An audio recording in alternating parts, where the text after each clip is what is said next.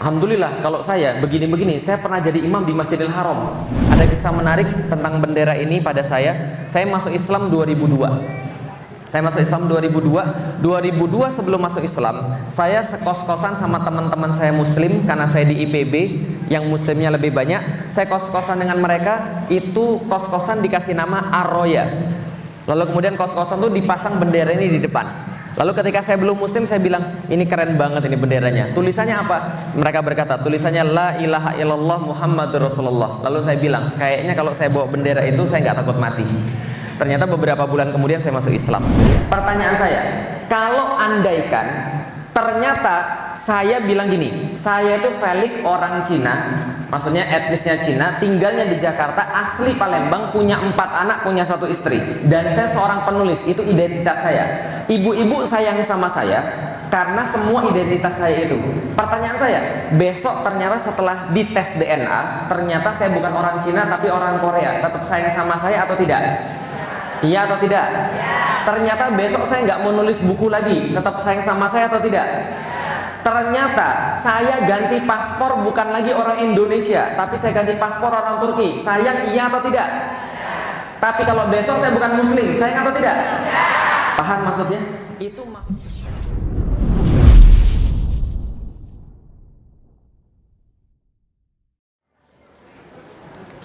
Bismillahirrahmanirrahim.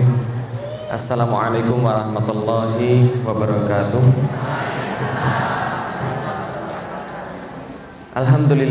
Alhamdulillahirabbil alamin.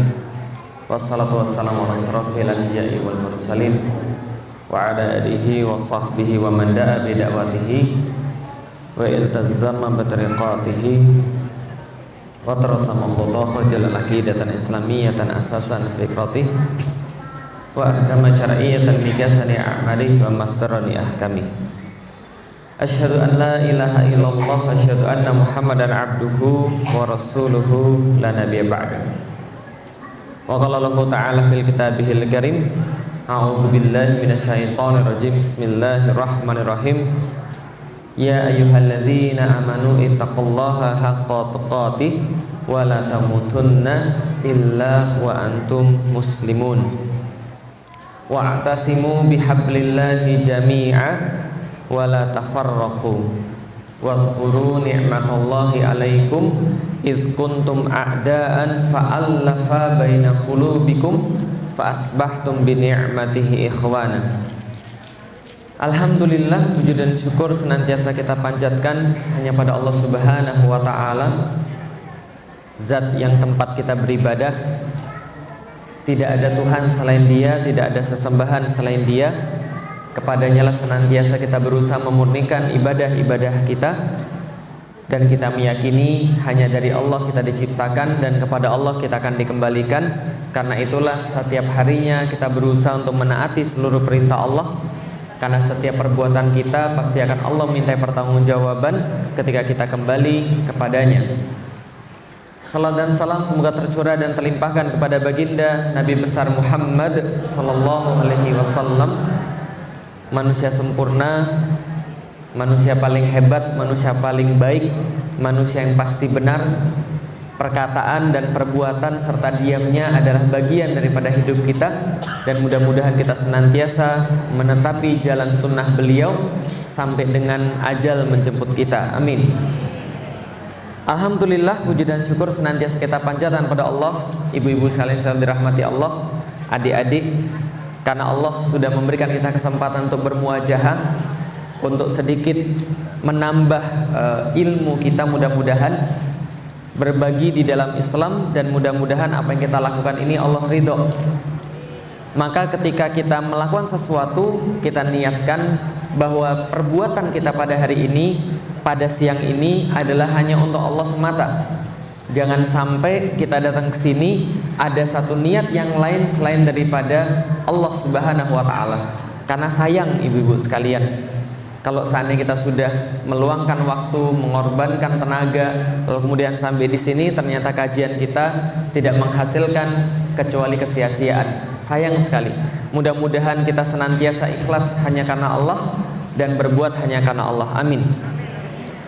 Alhamdulillah, ibu-ibu sekalian sudah dirahmati Allah. Perkenalkan, nama saya Felix Xiao. Kalau bagi yang belum kenal, ada yang belum kenal?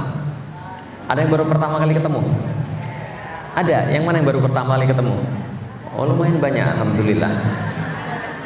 Kenapa? Oh, sudah baru pertama kali ketemu ya, alhamdulillah. Dari markas hadis. Ya, sudah berapa tahun?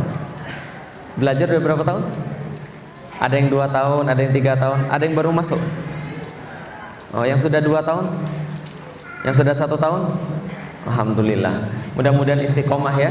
Jadi kalau ibu-ibu lihat tadi, anak-anak zaman sekarang tuh memang lebih beruntung daripada kita. Lah karena kenapa? Kalau zamannya ibu-ibu mungkin nggak banyak yang memahami dan mau belajar tentang Islam. Lah kenapa? Wajar zamannya belum nyampe. Zaman dulu kalau ada yang kerudungan saja itu sudah dicurigai teroris, betul ibu-ibu sekalian. 2006 saya pindah ke Jakarta. Itu istri saya sama saya tinggalnya di apartemen di daerah Tanjung Duren. Nah itu 2006 itu sedikit sekali yang pakai kerudung dan pakai jilbab. Istri saya pertama kali di Jakarta karena disuruh tinggal di apartemen punya bapak saya, kita naik lift dan pas mau naik lift itu saya sama istri saya diberhentiin sama satpam. Satpamnya tergopoh-gopoh bawa metal detektor. Sebentar pak. Lalu kemudian istri saya di-scan dari atas sampai ke bawah. Seolah-olah di bawah jilbabnya itu akan ada bom gitu ya. Lah sementara di saat yang sama ada ibu-ibu keluar dari kolam renang pakai one piece sama pakai apa namanya anduk saja. Lalu kemudian lewat di depan satpam bilang selamat pagi bu. Itu perlakuan berbeda pada orang muslim yang kerudungan berhijab sama orang yang telanjang. Bisa dipahami ibu-ibu sekalian? Zaman dulu nggak banyak yang kerudungan. Itu zamannya ibu-ibu. Ibu-ibu mungkin baru mengenal hijab syar'i paling 2-3 tahun belakangan. Tapi anak-anak kita yang tadi itu Masya Allah, kecil-kecil sudah diajarin tasrifan, kecil-kecil sudah diajarin bagaimana kata kerja, lalu punya imbuhan dan sebagainya. Saya yakin ibu-ibu dari tadi ini ngomong apa ini kan. Mungkin karena ibu-ibunya belum belajar itu ya. Nah, tapi anak-anaknya sudah belajar. Tapi nggak ada masalah. Di muka bumi ini ibu-ibu sekalian cuma ada cuma ada dua orang yang benar-benar ikhlas kalau orang lain lebih baik daripada dia. Betul? Siapa? Bapak dan ibunya. Itu pasti ikhlas kalau anaknya lebih baik daripada dia. Belum tentu yang lain begitu. Kalau kita punya tetangga kita lebih baik, kadang-kadang kita hasad. Tapi kalau kita punya anak lebih baik, bersyukur atau tidak? Alhamdulillah, bersyukur punya anak-anak kayak tadi. Kecil-kecil sudah ngafalin Al-Quran, kecil-kecil sudah ngafalin hadis, gitu kan ya. Dulu pas saya masih belum punya anak, saya nikah 2006, punya anak 2008. 2007-an saya sering makan mie di daerah Selipi. Itu ketika saya makan mie di daerah Selipi, itu kita dengar ada anak-anak itu nyanyi kucing garong, paham ibu-ibu sekalian? Jadi nyanyi yang kayak gitu-gitu di tengah-tengah lagi makan mie dan orang tuanya senang. Orang tuanya ayo nak apalagi nak. Jadi orang-orang tua zaman dulu senang kalau anaknya hafal lagu-lagu. Bisa dipahami ibu sekalian? Maka saya bilang sama istri saya, "Dek, nanti kalau kita punya anak dia makan mie nanti dia baca Quran." Dan kejadian alhamdulillah. Bisa dipahami ibu sekalian? Ketika kemarin naik pesawat, saya punya anak yang paling kecil umurnya 5 tahun, yang sebelahnya nyanyi lagu yang lagi populer, anak saya baca Quran. Biarin saja, nggak ada masalah. Biar orang tahu ini adalah bagian daripada syiar. Bisa dipahami ya, karena anak kecil nggak punya rasa riya insya Allah. Lah kenapa? Anak kecil kan sudah nggak ngerti apa-apa. Mereka baca Quran nggak dapat pahala, mereka nggak baca Quran juga nggak dapat dosa. Tapi mereka harus dilatih dari kecil, dibiasakan dengan Al-Quran sehingga syiar dari awal. Bisa dipahami ya? Maka kita dukung program-program yang tadi, program-program yang bagus, membebaskan tanah, ngajarin anak-anak. Karena kenapa? Ini adalah saatnya kita untuk saling peduli. Bukan lagi one man show, bukan lagi sendirian, bukan lagi jadi pahlawan kesiangan, tidak. Tapi semuanya memang harus dilakukan bareng-bareng. Umat ini tidak akan baik kalau tidak bareng-bareng. Kalau seandainya sendiri-sendiri, kita nggak akan bisa. Kenapa? Coba lihat ibu-ibu sekalian, siapa yang punya anak? Nah, semua punya anak, alhamdulillah. Siapa yang anaknya masih SD? Siapa yang pusing sama anak SD-nya tiba-tiba berbuat sesuatu yang dia nggak pernah ajarkan? Pernah merasa begitu? Saya juga sama. Saya juga pusing ketika anak saya tiba-tiba pulang, itu kemudian nyanyi sesuatu yang nggak pernah saya ajarkan, ngomong sesuatu yang nggak pernah saya ajarkan, berbuat sesuatu yang nggak pernah saya ajarkan. Kenapa bisa begitu ibu-ibu sekalian? Karena kita bisa jadi cuma mencukupkan pada soleh sendiri. Soleh sendiri itu bahayanya apa? Ketika anak kita keluar, ibu-ibu dan bapak-bapak yang lain tidak punya visi yang sama, maka anak kita juga ikutan rusak. Bisa dipahami ibu-ibu sekalian? Saya kemarin kaget, anak saya pulang tiba-tiba belajar ngeludah. Kamu belajar dari mana ngeludah orang? Rupanya teman-teman di sekolahnya yang seperti itu. Maka itulah tugas kita, sholat itu harus berjamaah, nggak bisa sholat sendirian. Bisa dipahami ibu sekalian? Oke, baik, terima kasih.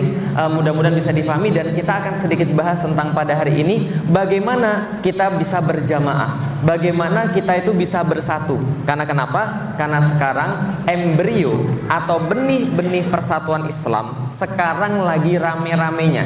Makanya judulnya Islamic Unity, persatuan Islam. Di depan ini bukan bendera ISIS, jelas ya?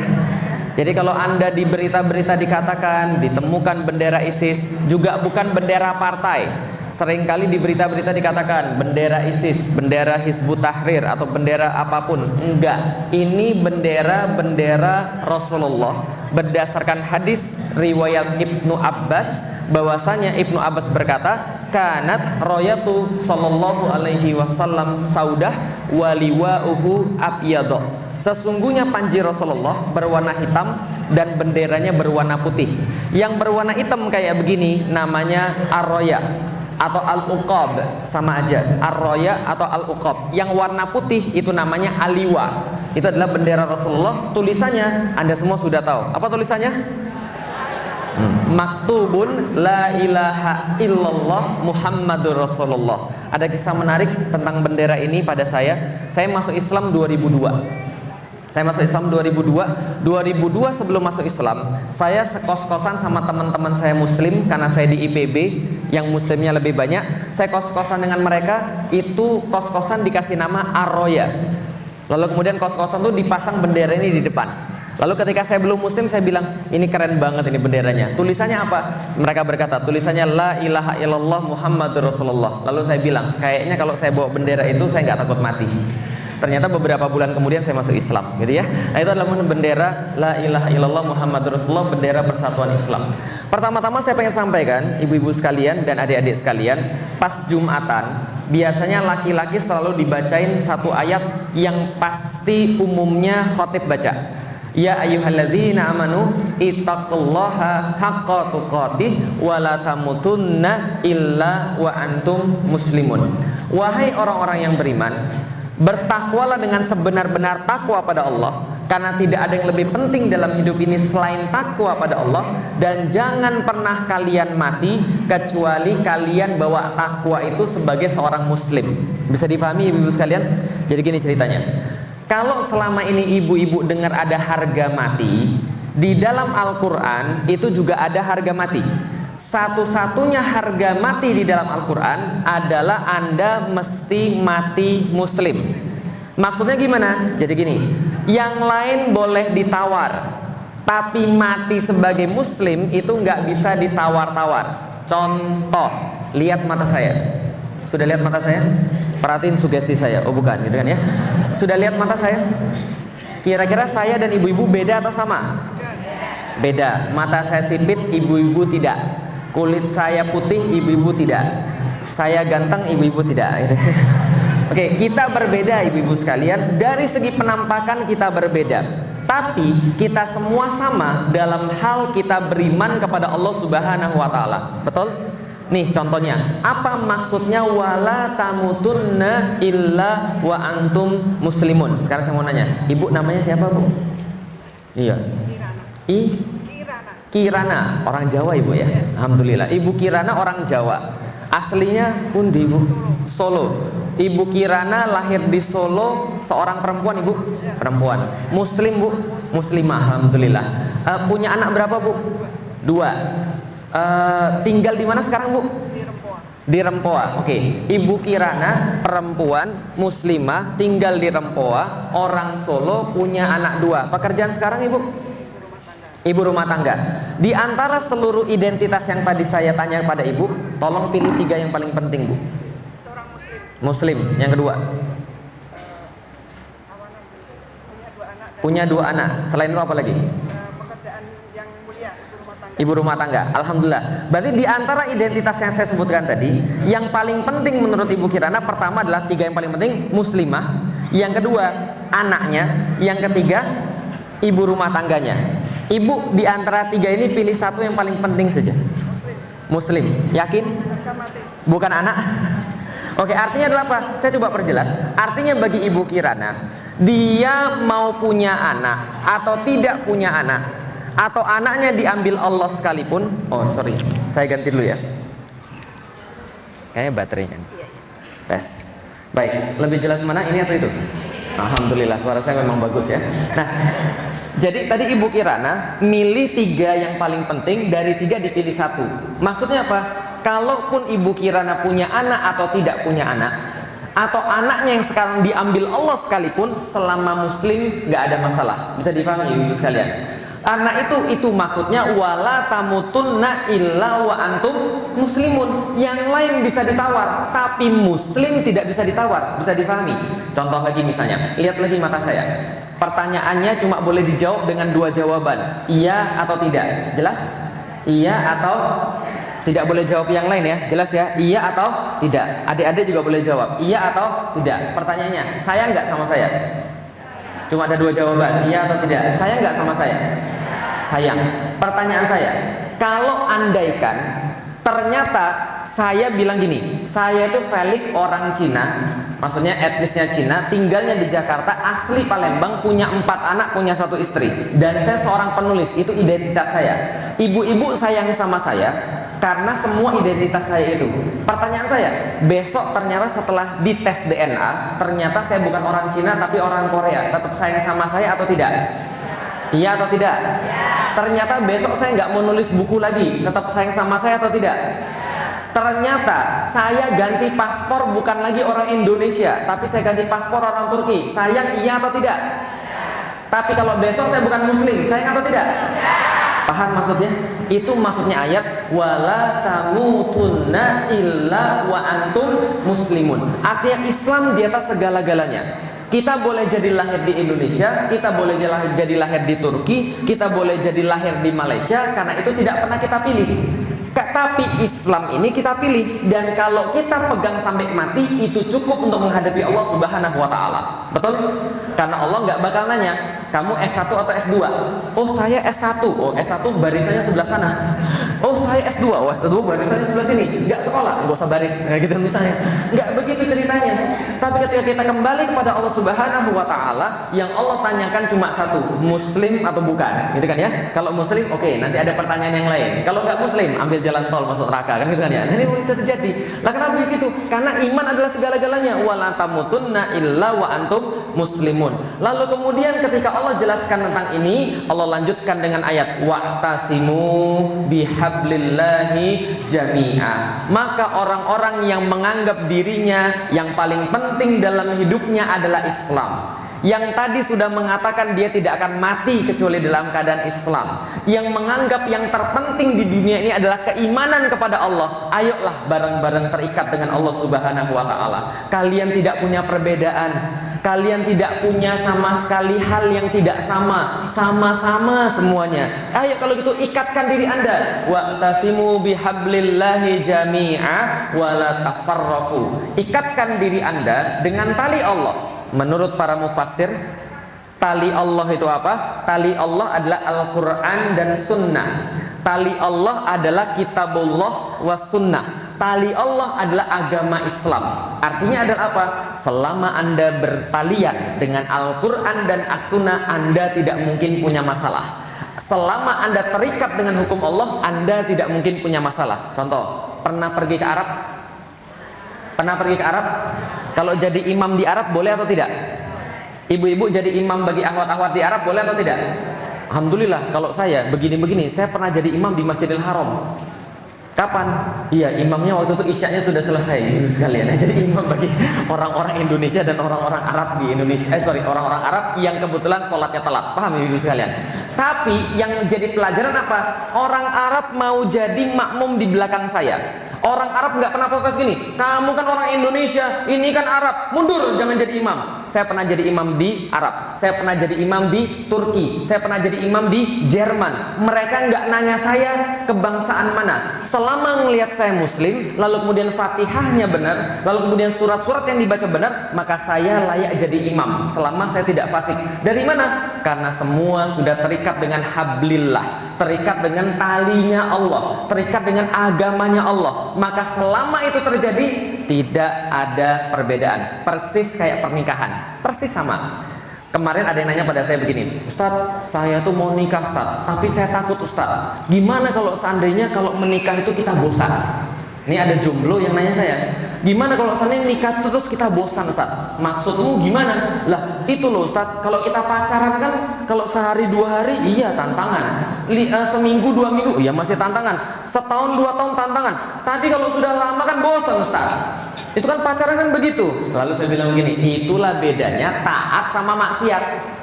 Paham ya? Wa tasimu bihablillah. Kalau Anda berpegang pada ketaatan, kalau Anda berpegang pada Allah, Anda tidak mungkin masalah. Anda tidak mungkin bercerai-berai. Anda tidak mungkin punya masalah. Balik lagi ke jomblo yang nanya kalau seandainya dia nikah lantas bosan. Saya nanya begini, coba kamu pikir, kamu punya rumah? Punya Ustaz. Pernah nggak bosan tidur di rumah? Pernah nggak bosan balik ke rumah? Pernah bosan? Kalau begitu Anda punya masalah di rumah. Lah, tapi kalau orang biasa, orang umumnya nggak pernah bosan tidur di rumah. Contoh, saya 18 tahun kuliah ke IPB. Dari Palembang pergi ke Bogor. Pertama kalinya saya keluar kota, itu pergi ke Bogor pas mau kuliah. Sampai di sana, bapak saya sudah ngubungin temennya, sudah dicarikan kos-kosan yang menurut temennya paling bagus. Jadi menurut temennya paling bagus. Masalahnya di situ, karena temennya itu adalah orang yang agak menengah ke bawah. Nah, ibu sekalian. Akhirnya saya ditempatkan di kos-kosan. Masya Allah, kos-kosannya berbeda jauh dengan rumah saya di Palembang. Kotor, jorok, gelap, pengap, WC-nya, masya Allah, gitu kan ya. Nah, saya tuh ngapain ibu di sana? 3 hari 3 malam saya nggak keluar dari kamar, termenung, gitu kan ya. Dan kenapa saya bisa di sini? Ini kayak saya dibuang sama bapak ibu saya, gitu kan. Lah kenapa? Karena tempatnya begitu. Saya nggak nyaman sama sekali. Pergi ke WC aja mikir-mikir ibu sekalian. Mau makan nggak tahu mau kemana. Pecel lele nggak tahu cara makannya gimana, gitu kan ya. Akhirnya saya pergi kemudian ke tempat-tempat fast food dan sebagainya makan. 3 hari 3 malam stres. Saya pengen balik nangis gitu kan ya. Kenapa? Nggak betah. Tapi coba tebak ibu-ibu sekalian, setahun saya di sana kos-kosan, pas setahun sudah selesai kos-kosannya, saya kayak nggak mau meninggalkan tempat itu. Lah kenapa? Sudah biasa. Bahasa Jawanya kulino, bisa dipahami ibu sekalian. Artinya rumah itu semakin lama ditinggalin justru semakin ngangenin, betul. Tapi kalau kita baru di satu tempat, biasanya kita nggak nyaman rasanya, betul. Nah, dalam bahasa Arab, rumah namanya maskanah. Apa namanya? Maskanah. Lalu apa hubungannya dengan nikah tadi, Ustaz? Jadi gini, saya bilang sama dia, kira-kira kalau orang nikah bisa bosan atau tidak? Saya jawab tidak. Selama dia taat pada Allah, selama dia berpegang pada tali agama Allah. Lah kenapa? Allah jamin di dalam Al-Quran, wa min ayatihi an khalaqalakum min anfusikum azwajan. Apa lanjutannya? Litaskunu ilaiha, agar Anda merasa sakinah. Anda merasa dengan istri Anda itu seperti di rumah. Katanya sakinah itu sama dengan maskanah. Artinya kalau benar terikat dengan hukum Allah, nikah makin lama itu makin ngangenin. Bisa dipahami ibu sekalian? Nikah makin lama makin ngangenin, makin lengket. Kalau seandainya benar karena taat pada Allah. Tapi kalau bukan karena taat pada Allah, cuma nafsu doang, nah ini jadinya beda. Lah kenapa? Kalau bukan karena Allah, nafsu yang main. Biasanya nafsu itu di awal-awal, betul atau betul? Baru nikah, gandengan sama istrinya tersandung, aduh sakit.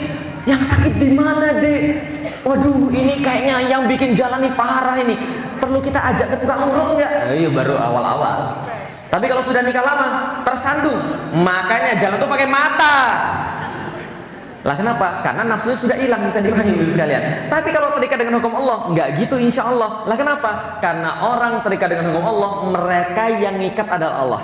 Kalau yang ngikat adalah Allah, itu akan abadi. Nggak seperti kalau yang ngikat yang lain. Kalau diikat cuma paras doang, wajah, maka berumur, maka hilang kemudian ikatannya. Ikatannya duit, 3,5 bulan.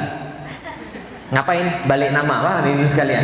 Kalau ikatannya karena selain daripada Allah, maka dia akan habis sebagaimana selain Allah tuh akan pudar, akan habis juga. Tapi kalau ikatannya karena Allah, wa'tasimu bihablillahi jami'a. Orang-orang yang beriman, yang tadi sudah mengakui aku yang paling penting itu loh. Yang tadi kamu bilang Islammu yang paling penting itu loh. Yang kamu bilang kamu miskin nggak apa-apa, kamu nggak punya anak nggak apa-apa, kamu nggak punya apa-apa nggak apa-apa, asal kamu beriman kepadaku. Kalian semua diikat dengan Al-Quran. Kalian semua diikat dengan iman. Kalian semua diikat dengan agama Islam. Wa'tasimu bihablillahi jami'a wa la tafarraqu. Dan jangan pernah kalian bercerai-berai, karena begitu kalian bercerai-berai, kalian akan musnah, kalian akan susah, kalian akan sengsara. Kenapa? Suatu waktu Rasulullah Shallallahu alaihi wasallam itu pernah berdoa sama Allah, dan selesai berdoa sama Allah, tiba-tiba Rasulullah wajahnya murung. Ketika wajahnya murung, didatangi oleh para sahabat, "Ya Rasulullah, kenapa wajahmu kelihatan gak enak? Ada apa ya Rasulullah?" Rasul berkata, "Aku baru berdoa pada Allah Subhanahu wa Ta'ala dengan 3 doa. 2-nya dikabulkan Allah, sementara 1-nya didiamkan oleh Allah Subhanahu wa Ta'ala." "Didiamkan yang mana ya Rasulullah?" "Aku berdoa kepada Allah, ya Allah, jangan engkau binasakan umatku gara-gara air bah, sebagaimana engkau binasakan umatnya Nabi Nuh." Lalu aku dikabulkan oleh Allah. Kemudian dibicarakan lagi, "Ya Allah, aku minta jangan umatku dibinasakan karena kelaparan." Maka Allah mengabulkannya. Yang ketiga, Rasul katakan, "Ya Allah, jangan sampai umatku dibinasakan karena pertengkaran di antara mereka, karena mereka berselisih di antara mereka." Maka Allah mendiamkan saya. Paham maksudnya? Umat muslim nggak akan mungkin kalah kalau dia bersatu. Umat muslim nggak akan mungkin kalah selama mereka bareng-bareng terikat dengan hukum Allah. Tapi begitu mereka bercerai-berai, di situ ujian sesungguhnya, mereka bisa dikalahkan siapa saja. Dalam hadis yang lain Rasul katakan, umat Islam akan datang masanya seperti mereka makanan yang lagi diperebutkan oleh orang-orang. Lalu orang-orang bertanya, "Loh, kalau gitu kita sedikit pada saat itu, makanya kita dibully sama orang, kita diserang sama orang." Rasul katakan, "Tidak.